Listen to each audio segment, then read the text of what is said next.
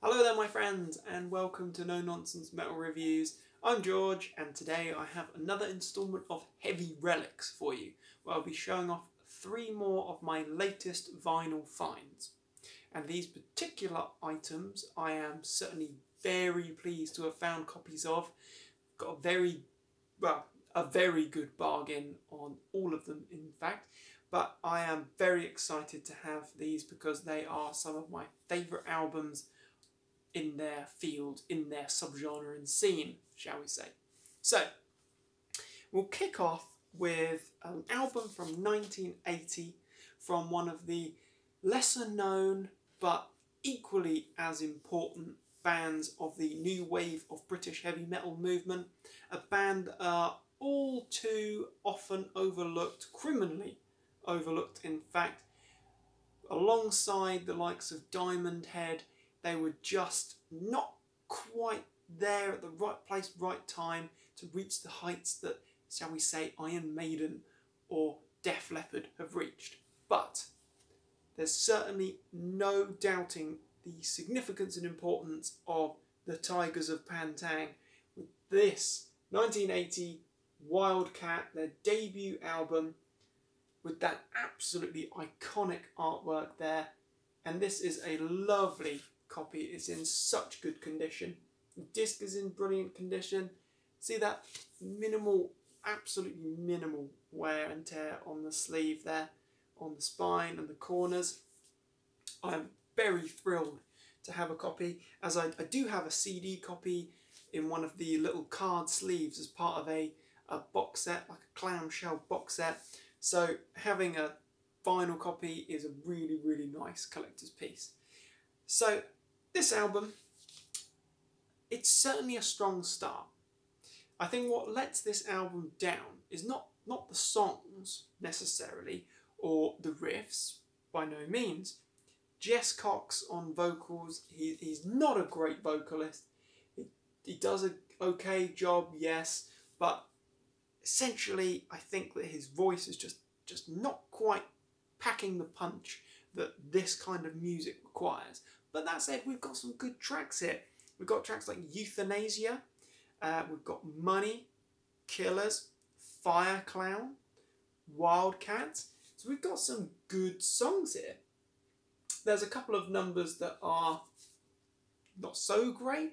I don't feel like I need to hear or want to hear Don't Touch Me There all that often. It's just a bit odd and cheesy. But other than that, I think this album is a superb, classic NWOBHM album. This is a new wave of British heavy metal staple.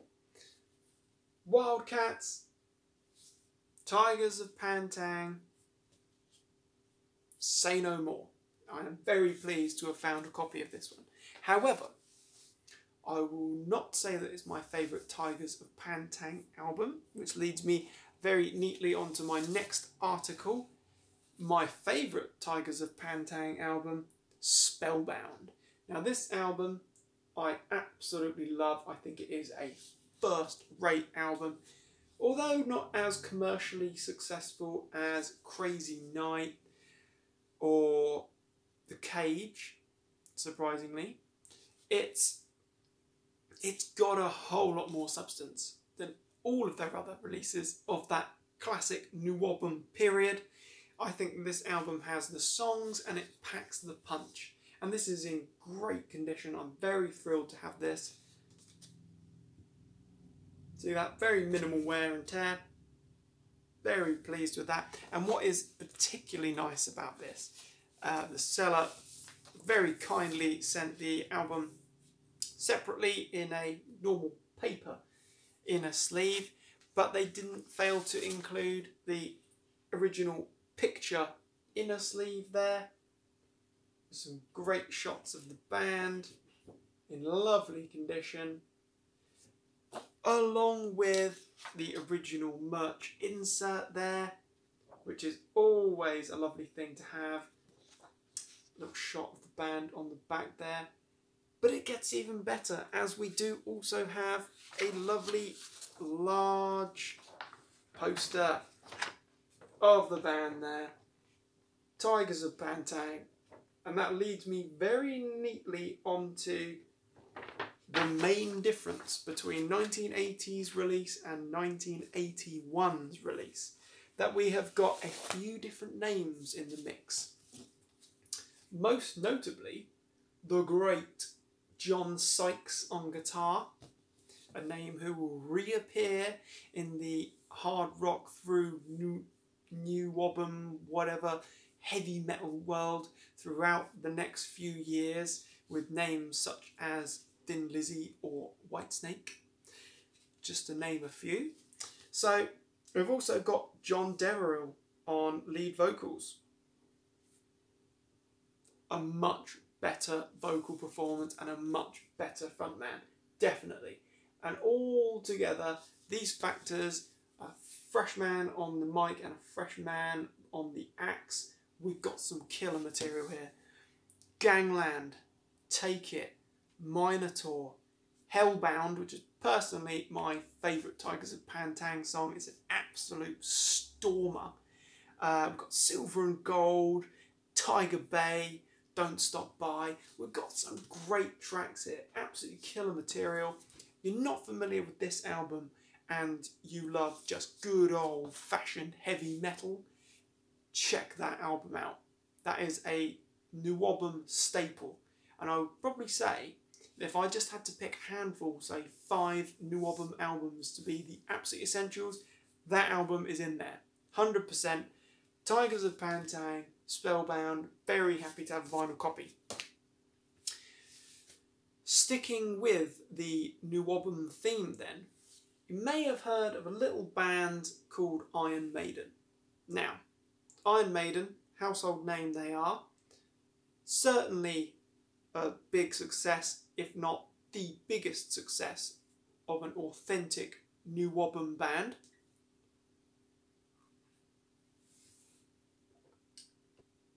They had a run of fantastic albums, and fantastic albums deserve a fantastic tour, which leads to a fantastic live album.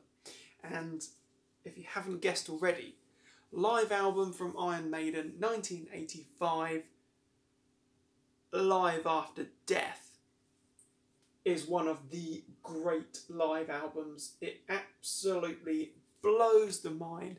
This is a freaking classic. It's one of my favourite live albums, and it's certainly my favourite live material from the band.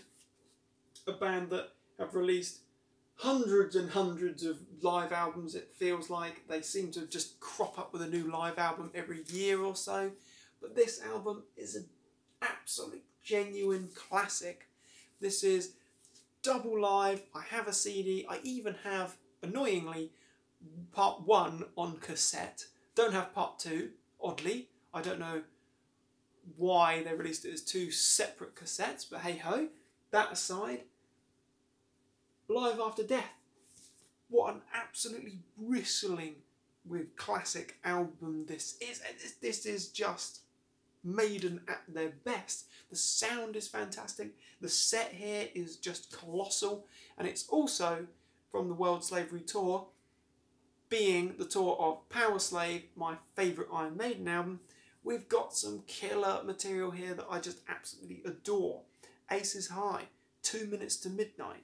Then we get some classics such as The Trooper, Flight of Icarus.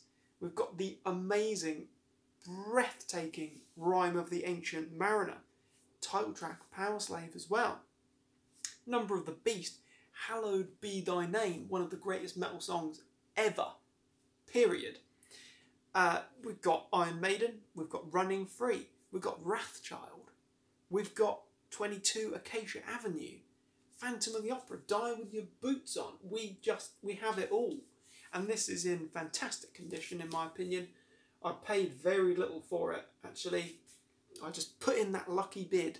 Someone thought, I'm going to get a whole lot more than the asking price for this. A well-timed bid soon saw that plan through.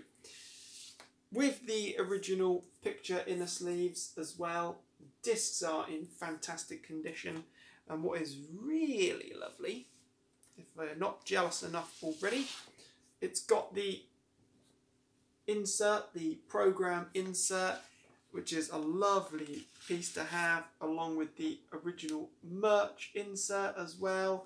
Some great iconography here, some great pictures and images of the band.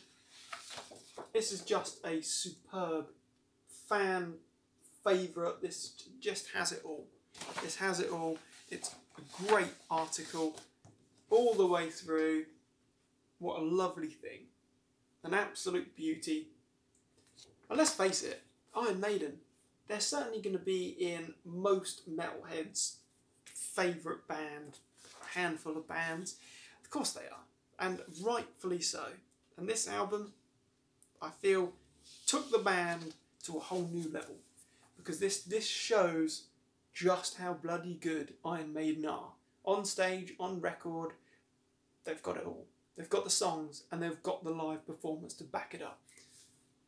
Iron Maiden, Live After Death. What do you think of these particular albums? I'm very interested to hear. I'm very, very happy with my latest vinyl finds.